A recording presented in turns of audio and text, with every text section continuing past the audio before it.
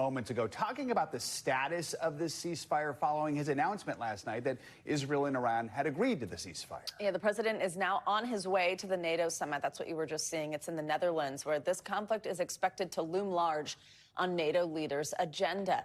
Let's listen to some of what he had to say before leaving for the summit. But I'm not happy that Israel's going out now. There was one rocket that I guess was fired overboard. It was after the time limit, and it missed its target. And now Israel's going out. These guys got to calm down. It's ridiculous. I didn't like plenty of things I saw yesterday. I didn't like the fact that Israel unloaded right after we made the deal. They didn't have to unload. And I didn't like the fact that the retaliation was very strong. But in all fairness, Israel unloaded a lot. And now I hear Israel just went out because they felt it was violated by one rocket that didn't land anywhere. That's not what we want, I'll tell you. And I'm telling you, I'm not happy about that, Israel, either.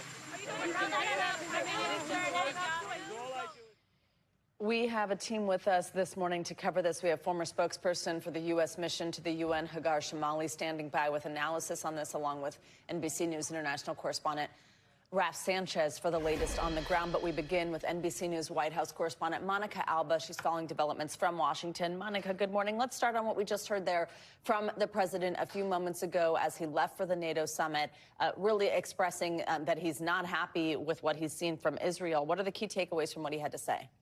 Yeah, good morning, Savannah and Joe. And just moments after that, as he boarded Marine One to head to the tarmac, he issued another warning to Israel, which I think is significant, specifically imploring them not to drop more bombs and effectively asking the pilots to turn around right now. He said, if you do it, that is to say, if you continue to drop more bombs on Iran, this is a major violation. Bring those pilots home now. So again, this is a president expressing his displeasure at the very fragile semi-ceasefire that was maybe in effect just for moments and not necessarily lasting, given the events of the last 12 hours or so. We know that President Trump spent much of yesterday trying to help broker this deal. He was working the phones while monitoring in real time what was happening with an Iranian attack on a U.S. base in Qatar, though Iran did give the U.S. a heads up in advance, so they had an ability to prepare.